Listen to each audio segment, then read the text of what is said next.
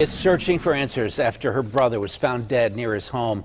She says police haven't told her how he died or what may have happened to him. Ralph Iannotti spoke with the woman tonight and tried to get some of those answers from police. Ralph. Yeah, thanks very much, Ken. Tonight, detectives here are not saying if this man's death is suspicious. They only tell us that the death is under investigation. The man's sister says the family needs closure as it prepares for a funeral later this week.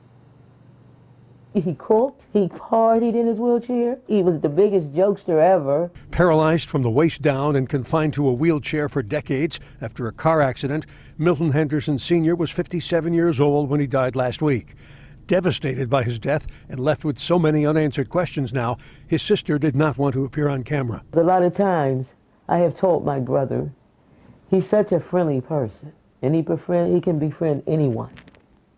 But everybody you can't befriend when you're outside. Henderson was found lying in the street near the intersection of Roberts and Center Avenue, not far from the apartment where he lived in the Hill District. His wheelchair was close by.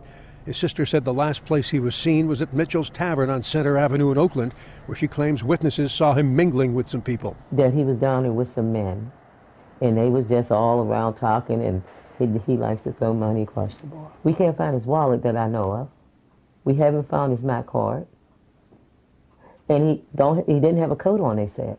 He kept his money in his jacket in the inside pocket. Henderson was a 1980 graduate of Brashear High School. His sister said he was the glue that held their family together. And one thing about my baby brother, he took care of his sisters and his nieces and nephews. Anything we needed, anything we wanted, if he had it, you got it. Nobody really ever said anything bad about him. He was a gentle man in a wheelchair.